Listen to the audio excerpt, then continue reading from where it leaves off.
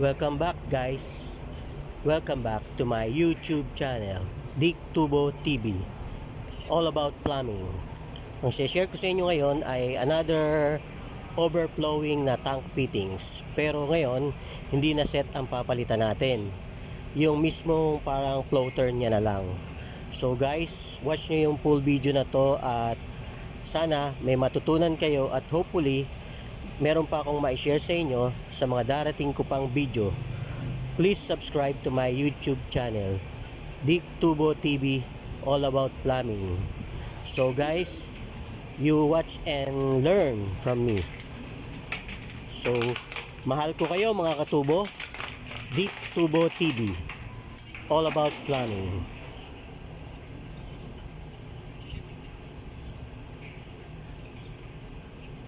So ngayon, hawak ko ngayon yung pampapalit natin na float valve na hindi katulad nung nakaraan na shinare ko sa inyo. Yung una kong shinare ay merong ball. Ito naman ay may slide type. So guys, wait nyo na lang at papatayin natin muna yung valve and then magdi-dismantle tayo nitong tank fittings na to. So, I hope na magustuhan nyo ang video na to. Please subscribe to my YouTube channel, Dick Tubo TV, all about plumbing.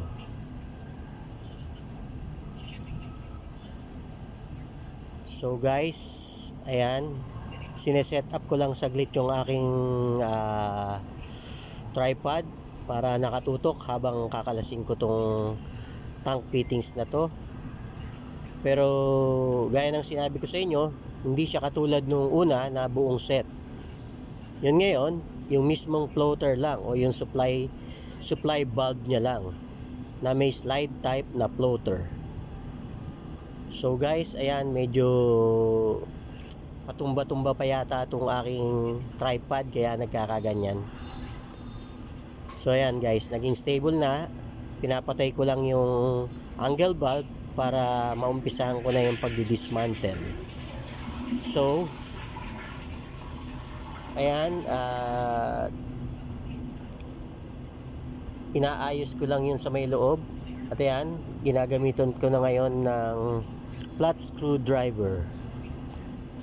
So, natatandaan nyo ba yung shinare ko sa inyo about the 6 essential plumbing tools? Ayan, yung screwdriver na yan ay isa sa ginagamit ko para pagtanggal ng tank, water tank ng toilet bowl. So guys, panoorin nyo lang at tuloy-tuloy lang naman tong video na to. I hope na mag-subscribe kayo sa YouTube channel ko, Dick Tubo TV, all about plumbing. So guys, ayan, natanggal ko na yung tank bolt. So, tatanggalin ko muna yung flexible supply pipe using adjustable wrench.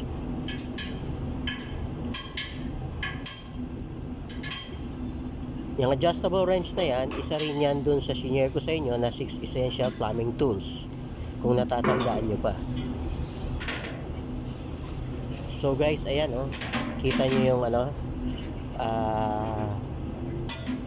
loob ng mismong tank ng toilet bowl, yung mismong water tank.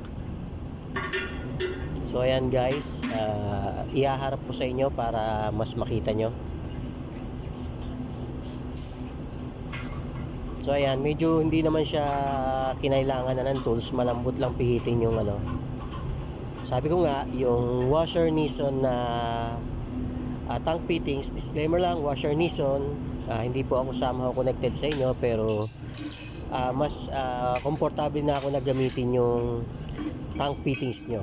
So Washer Nison, baka naman sa mga susunod kong vlog o video, baka gusto nyo magpa-sponsor sa akin ng mga materials nyo na pwede kong ma-share sa mga darating kong video.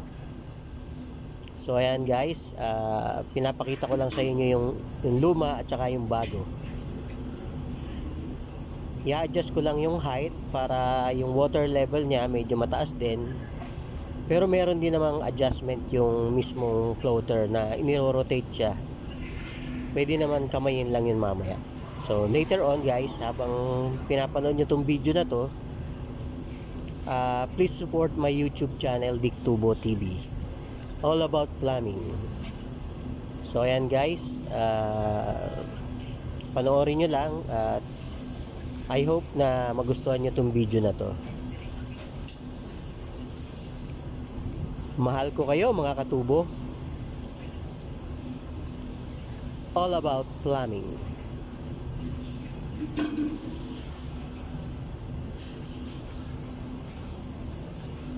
So ayan guys, ina-adjust ko na yung height nung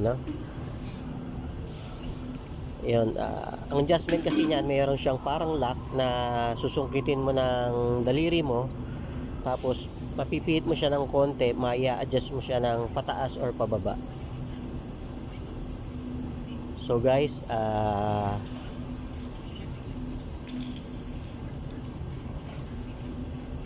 ikakabit na natin. Tanggalin ko lang tong adapter. So itong tank fittings na to, no, meron siyang libreng adapter na rin, no, para pag yung mga flexible supply pipe ay hindi kasukat, yun, magagamit mo yung adapter na yon. Yan, hand tightening lang. Tapos yung nakaraan na libreng tools, bit-bit ko rin naman ngayon dyan. Yun ang gagamitin ko para dyan. Yan, remember yung libreng tools na one set na tank fittings, ayan ang gagamitin ko. So guys, ayan, nahigpitan ko na. Hindi naman kailangan masyadong mahigpit na mahigpit. So balik na natin siya.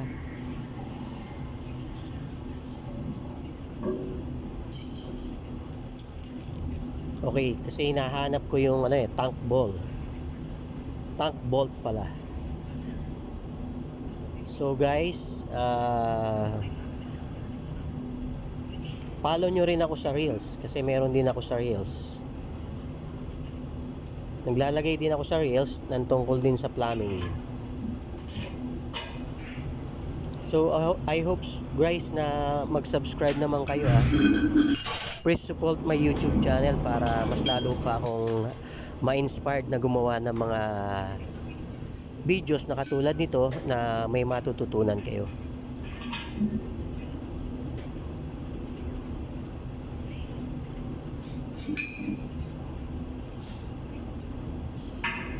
So ayan guys, hindi naman to mahirap ikabit. So kailangan lang uli natin ng flat screwdriver. Tapos kakapitan lang yung nut sa ilalim.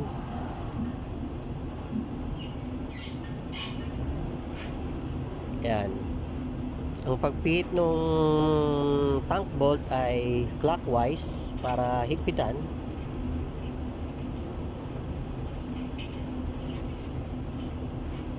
So guys, iba tong toilet bowl na to yung nakaraan na pinalitan ko yung one set, sa ibang floor yon. Nasa third floor yon. Ito naman nasa second floor. Yung nasa third floor, female CR yon. Ito naman nasa second floor to, male CR to, para sa mga lalaki. So guys, ayan, kinakamay ko na lang muna yung flexible supply pipe. Tapos mamaya hihigpitan ko yan ng adjustable wrench, or di kaya yung open wrench na shinare ko sa inyo dun sa nakaraang video ko, na binili ko siya size 23. So ayun, yung adjustable wrench pala yung gagamitin ko dyan sa ano na yan, pagta-tighten. So guys, ayan, nahigpitan ko na at bubuksan ko na yung angle bulb at ilalapit ko tong video para makita nyo mismo na susuplayan na natin ng tubig. So guys, panoorin nyo lang. So ayan, binubuksan ko na guys yung angle bulb. So ayan, naglo-load na siya ng tubig, no? Ayan, malakas naman yung pressure. Antayin lang natin na mag-shut off yung mismong slider na water supply na float valve, no? Pero slide type siya, hindi katulad nung nakaraan na merong float ball. Ito hindi, slide type, no?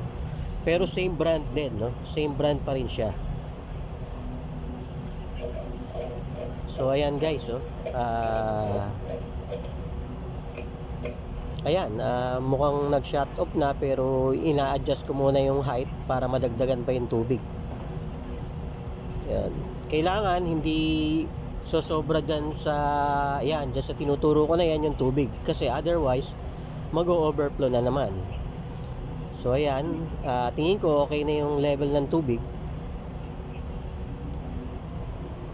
So ayan guys, I hope na nagustuhan nyo tong another video na share ko sa inyo. So ayan, pinlash ko na, nag-testing tayo. So far okay naman ang results, no? Ayan guys, naglo-load na uli ng tubig. So guys, again please subscribe to my YouTube channel, Dick Tubo TV, all about plumbing. Tapos hit nyo na rin lagi yung notification bell para lagi kayong updated. Tapos mag-leave na rin kayo ng comments below kung meron kayong gustong i-share ko sa mga darating kong video na sana magawan ko ng paraan. So guys, I hope you like this video. Please subscribe, Dick Tubo TV, all about plumbing. Bye guys, see you on my next video. Mahal ko kayo mga katubo. Dick Tubo TV, all about plumbing. See you on my next video. Bye guys.